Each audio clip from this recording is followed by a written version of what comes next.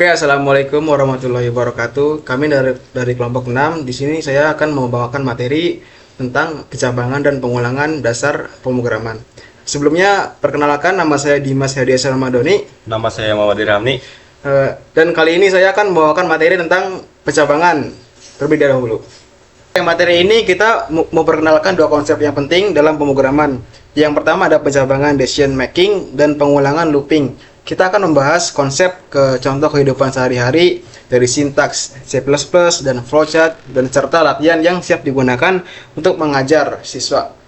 Oke, di sini ada tujuan pembelajaran. Di sini kita mempelajari materi ini diharapkan untuk memahami struktur kontrol dalam program, menjelaskan dan menerapkan pencabangan if, else, dan switch serta pengulangan.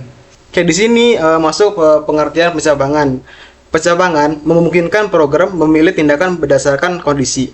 Analogi, jika hujan maka membawa payung. Jika tidak ada membawa payung dalam kode ini, kondisi dievaluasi menjadi true atau false.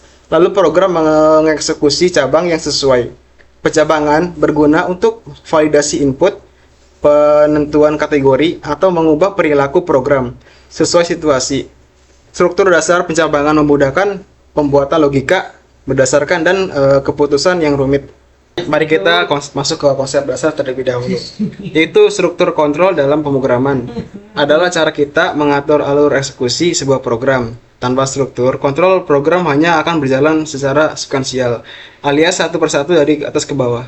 Secara umum, di sini ada tiga jenis struktur. Yang pertama ada sekuensial, yaitu perintah dalam dijalankan satu persatu.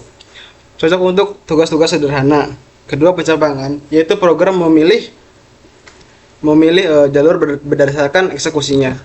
Di sini pertama ada sekuensial, perintah dijalankan satu persatu. Yang kedua ada pencabangan, memilih jalur berdasarkan kondisi atau memutuskan membawa payung. Ketiga, pengulangan, menjalankan blok kode berulang kali sampai kondisi terpenuhi. Di sini ada contohnya sederhana, yaitu kita membuat minuman atau memilih payung bila hujan, pencabangan, dan menghitung dari 1 sampai 0 atau pengulangan. Oke, di sini kita masuk ke jenis-jenis pencabangan. Yang pertama ada if sendiri. If ini digunakan ketika kita hanya punya satu kondisi tunggal. Jika kondisinya bernilai true, blok kodenya dijalankan, atau false, blok itu dilewati juga begitu saja. Contohnya di sini jika nilai siswa lebih besar sama dengan 60, maka kita cetaknya lulus. Yang kedua ada if else. Struktur ini mempunyai dua jalur. Yang pertama ada kondisi true, satu lagi ada kondisi false. Ini berguna kalau kita ingin ada penanganan yang jelas untuk kedua kemungkinan, misalnya menampilkan pesan yang berbeda antara status lulus atau gagal. Yang ketiga ada if else if. Ini dipakai kalau kondisinya berjenjang, lebih dua kemungkinan. Di sini contohnya menentukan kategori nilai A, B, C atau D. Setiap kondisi diperiksa satu persatu secara berurutan sampai ditemukan yang bernilainya true. Oke, di sini yang terakhir ada switch case. Ini efektif dipakai saat kita memeriksa atau satu variabel terhadap nilai banyak konstan. Biasanya di sini lebih rapi dibandingkan menumpuk banyak if else-nya. Terutama kalau terbiasa jelas, misalnya memilih minuman berdasarkan angka pilihan. Sekarang kita akan lihat bagaimana jenis-jenis percabangan yang tadi dituliskan dalam bahasa pemrograman C++. Di slide ini ada 3 contoh, struktur if else, dan switch, lengkap dengan penjelasan tiap barisnya. Untuk contoh if, di sini kita mendeklarasikan variabel A bernilai 10, lalu kondisi if mengecek apakah A lebih besar dari 5. Karena hasilnya true, program akan menampilkan pesan A lebih besar dari 5. Untuk contoh if else, program ini membaca input X dari pengguna, lalu menggunakan operator modulo, simbol persen, untuk mengecek apakah X habis dibagi 2. Kalau sisa baginya 0 berarti genap, kalau tidak berarti ganjil. Dan untuk contoh switch, program membaca input menu lalu membandingkan nilai menu itu dengan beberapa nilai konstan menggunakan cache. Perhatikan penggunaan kata kunci break di setiap cache. Ini penting untuk mencegah fault rogue, yaitu kondisi ketika program tetap menjalankan cache berikutnya meskipun sudah menemukan kecocokan sebelumnya. Sekarang mari kita lihat satu contoh program yang lebih lengkap, yaitu program untuk menentukan apakah suatu bilangan itu ganjil atau genap. Alur programnya sederhana, inputnya adalah satu bilangan bulat dari pengguna. Prosesnya kita menggunakan operasi modulo simbol persen untuk mencari sisa pembagian bilangan itu dengan 2. Outputnya kalau sisanya 0 kita tampilkan genap, kalau tidak kita tampilkan ganjil. Mari kita telusuri kodenya baris per baris. Baris awal adalah bagian deklarasi library standar di setiap program C++. Di dalam fungsi main kita deklarasikan variabel n bertipe integer. Lalu programnya menampilkan teks, masukkan bilangan, dan membaca input dari pengguna menggunakan sin.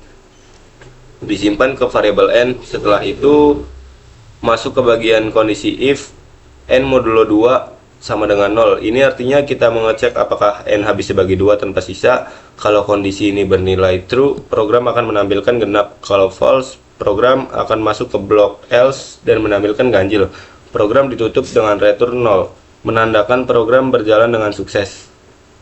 Supaya lebih mudah dipahami secara visual, mari kita lihat alur program tadi dalam bentuk flowchart. Flowchartnya dimulai dari simbol start yang menandakan program mulai berjalan, kemudian masuk ke tahap input n, yaitu program membaca bilangan bulat dari pengguna. Setelah itu masuk ke simbol decision berbentuk belah ketupat yang mengecek apakah n habis dibagi 2 atau tidak, atau bisa ditulis n modulo 2 sama dengan 0. Dari titik keputusan ini ada 2 jalur. Kalau hasilnya true, program akan menampilkan genap. Kalau hasilnya false, program menampilkan ganjil. Setelah salah satu dari 2 jalur itu dijalankan, program berakhir di simbol n. Satu hal lagi yang perlu diketahui yaitu arti dari tiap simbol flowchart. Bentuk oval untuk simbol start dan end, bentuk jajar genjang untuk input dan output, dan bentuk belah ketupat untuk decision atau keputusan. Dengan diagram seperti ini, teman-teman bisa lebih mudah memahami bagaimana program memilih jalur eksekusinya berdasarkan kondisi yang diberikan. Baik, setelah cukup dalam membahas percabangan, sekarang kita masuk ke konsep kedua, yaitu pengulangan atau looping. Pengulangan digunakan untuk menjalankan satu blok kode yang sama secara berulang-ulang sampai kondisi tertentu terpenuhi. Contoh sederhananya mencetak angka 1 sampai 100 atau menampilkan ucapan selamat sebanyak 10 kali. Manfaat utama dari looping ini adalah kita jadi tidak perlu menulis kode yang sama berulang-ulang secara manual. Ini menghemat waktu penulisan kode dan sangat memudahkan ketika kita harus memproses data dalam jumlah besar. Selain itu, looping juga memungkinkan kita melakukan iterasi, yaitu menelusuri satu persatu elemen dalam struktur data seperti array atau vektor. Terakhir, mari kita bahas 3 jenis pengulangan yang paling umum digunakan, yaitu ada 3, ada for, while, dan do while. For ini paling cocok digunakan saat kita sudah tahu pasti berapa kali pengulangan akan dilakukan. Misalnya mencetak angka 1 sampai 10, struktur for ini istimewa karena menggabungkan 3 hal sekaligus dalam satu baris. Inisialisasi kondisi dan instrumen atau penambahan nilai. Yang kedua, while. While ini lebih cocok digunakan saat jumlah pengulangan bergantung pada suatu kondisi yang bisa berubah selama program berjalan. Pada while, kondisinya dicek terlebih dahulu sebelum tiap literasi dijalankan. Dan yang terakhir ada do while. Strukturnya mirip dengan while, tapi ada perbedaan penting. Kondisinya dicek setelah tubuh loop dijalankan. Artinya blok kode pada do while itu dijamin akan dijalankan minimal 1 kali, walaupun kondisinya dari awal sudah false. Jadi perbedaan utamanya dari ketiga jenis pengulangan ini terletak pada kapan kondisi itu diperiksa. Apakah sebelum seperti pada for dan while atau sesudah seperti pada do while. Dan itu juga yang menentukan kapan masing-masing paling efektif untuk digunakan. Baik, sampai di sini kita sudah membahas 2 konsep dasar, yaitu pemrograman, yaitu percabangan dan pengulangan. Dari mulai konsepnya, contoh dalam kehidupan sehari-harinya, sintaks dalam C++, contoh program hingga flowchartnya. Kami harap materi yang kami sampaikan hari ini bisa menambah pemahaman teman-teman tentang bagaimana sebuah program bisa mengambil keputusan dan mengulang pekerjaannya.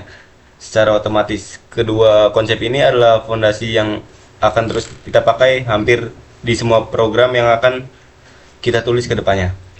Kami tutup, kurang lebihnya mohon maaf. Wassalamualaikum warahmatullahi wabarakatuh.